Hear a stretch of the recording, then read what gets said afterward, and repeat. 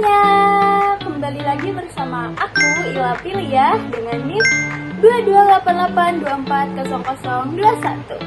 Nah guys, jadi hari ini aku ditugaskan untuk mereview sebuah artikel jurnal dengan judul apa ya? Nah, nggak jadi. Kali ini aku akan mereview sebuah jurnal artikel dengan judul The Bugis Makassar Diaspora atau bisa disebut Diaspora Bugis Makassar. Nah guys, ayo simak video aku dengan baik-baik. Aku akan mereview sebuah artikel ini. Ayo. Halo semuanya, dan di sini saya akan review terkait artikel jurnal dengan judul The Bugis Makassar Diaspora. Nah, artikel ini ditulis oleh Leonard Y. Andaya.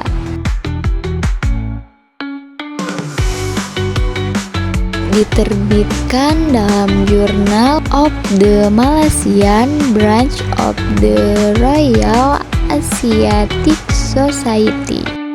Nah, teman-teman, kita bahas dulu ya terkait latar belakangnya.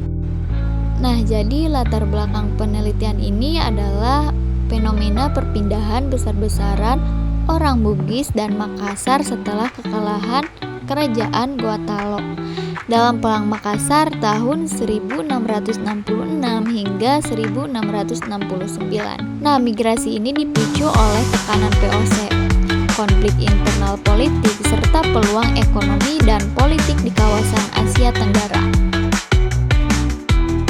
Nah teman-teman, tujuannya ini adalah untuk menganalisis dinamika diaspora Bugis dan Makassar, sekaligus membandingkan mengapa diaspora Bugis ini cenderung berhasil, sementara diaspora Makassar relatif gagal.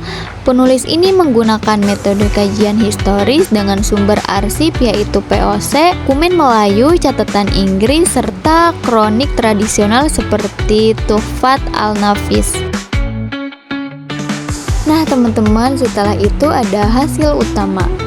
Nah, hasil penelitian ini menunjukkan bahwa diaspora Makassar ini gagal karena para bangsawan sulit menerima otoritas lokal.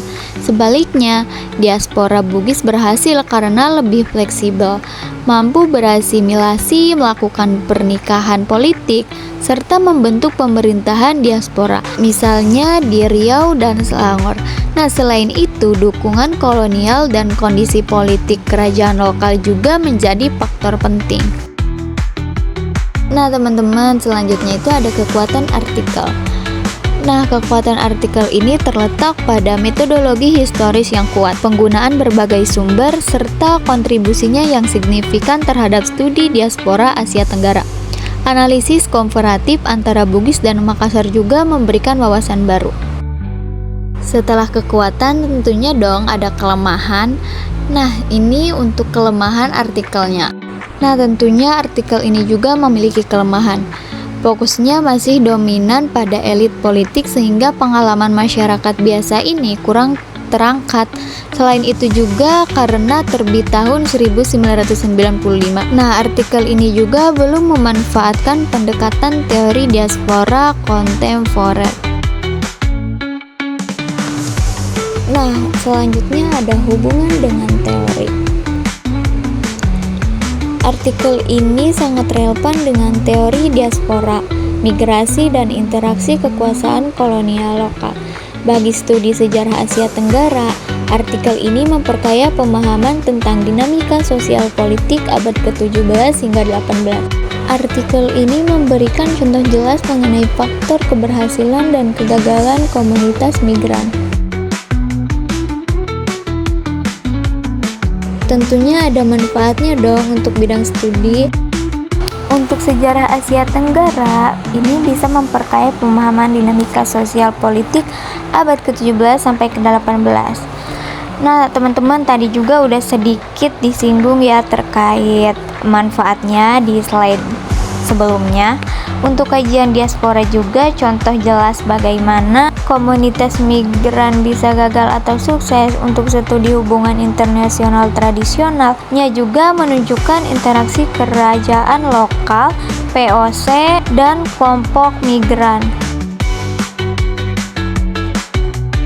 Nah, apakah artikel ini layak dijadikan referensi? Layak sih dijadikan referensi karena ini tuh ditulis oleh sejarawan otoritatif berbasis sumber sejarah yang kaya dan memberikan perspektif komparatif yang mendalam. Meski ada keterbatasan, artikel ini tetap relevan untuk penelitian sejarah, antropologi, dan studi diaspora.